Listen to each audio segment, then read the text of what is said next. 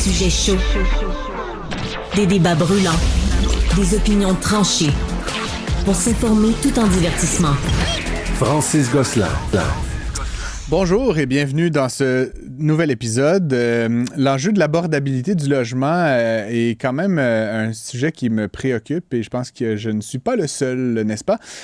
Plusieurs analystes dont je fais partie constatent évidemment que l'un des facteurs explicatifs les plus prépondérants, on pourrait dire, là, de cette crise qu'on vit actuellement, c'est un fort débalancement entre l'offre et la demande.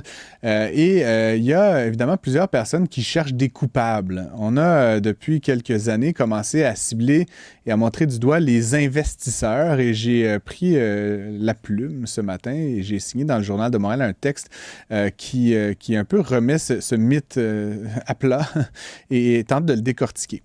Commençons un petit peu peut-être en imaginant un monde sans investisseurs immobiliers, un monde où finalement tous les logements seraient contrôlés par l'État. On peut s'entendre que ce n'est pas nécessairement l'objectif ultime. D'autres, évidemment, cherchent une solution mitoyenne où tout ou une grande partie des logements seraient démarchandisés, c'est-à-dire retirés du marché qu'ils appellent spéculatif. Et donc, en le retirant du marché, un des principaux vecteurs d'accumulation du patrimoine, d'épargne des Canadiens et des Québécois serait carrément éliminé comme une option. Donc, on serait tous et toutes locataires à perpétuité d'organismes charitables, OBNL, etc. Et donc, tous probablement un peu à perpétuité pauvres.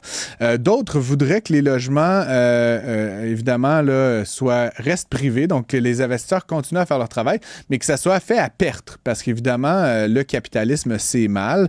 Et donc, derrière cette logique-là, il faudrait évidemment qu'on construise du logement, qu'on le détienne, qu'on l'opère et qu'on perde mois après mois de l'argent pour je ne sais trop quelle raison.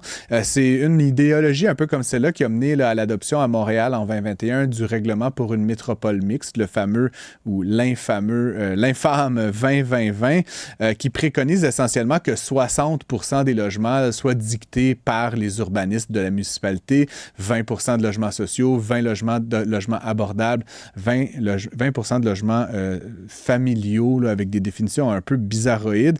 Et puis évidemment, les développeurs, ça les emmerde quand même profondément, ce règlement qui est fort mal conçu. Et donc, qu'est-ce qu'on fait? On les pénalise, on charge des amendes, des pénalités. Et donc, tout ça fait directement, ajoute de la complexité et fait directement augmenter le prix du logement dans la métropole. Et donc, chercher un coupable là-dedans, évidemment. Et puis, il y a un article qui a été publié dans le Globe and Mail la semaine dernière, publié par la journaliste Kerry Gold, qui, évidemment, revient sur cette notion-là d'investisseurs et dit qu'en fait, les investisseurs sont entièrement responsables de ce qu'elle appelle, elle aussi, la spéculation. Et donc, le prix des logements augmente parce que les investisseurs. Ce qui est un peu particulier là-dedans, c'est qu'en fait, depuis quelques années, le prix de toutes les propriétés au Canada a beaucoup augmenté et en tête de liste, le prix des maisons unifamiliales qui sont en quasi-totalité détenues par des gens comme vous et moi, par des particuliers, par des ménages, pas par des investisseurs. Et c'est là où la spéculation a été la plus grande. Donc, ultimement, ça pose la question, si les investisseurs sont responsables de la spéculation, pourquoi est-ce que des ménages normaux qui gagnent leur vie seraient exclus de ce calcul? Personne n'est capable vraiment de fournir la réponse dans cette lecture très idéologique. Et donc, je ne veux pas faire de peine à personne, mais pour construire et rendre disponibles des logements abordables qui soient normaux, sociaux, de luxe, abordables, il faut du capital. Que ce capital-là vienne des banques, qui viennent de vos taxes, qui viennent de vos poches, qui viennent de votre CELI, qui viennent de gens qui décident dans la vie de faire de l'immobilier. Il faut des sous pour construire du logement. Il faut des sous pour détenir du logement. Et donc, si on s'entête à faire la guerre à ceux qui veulent mettre des sous dans cette industrie où il y a besoin de sous, vous savez quoi? Ils vont aller ailleurs et on va perpétuer la crise du logement. Et donc, des investisseurs, il y en a des gros, des petits, des gentils, des méchants. Il y a des gens qui font toutes sortes de types de logements. Je pense évidemment qu'il faut des règles pour encadrer tout ça, mais c'est certain que si on n'arrête pas d'antagoniser les gens qui souhaitent résoudre la crise avec leur propre argent, on ne va jamais y arriver. Merci d'être à l'écoute.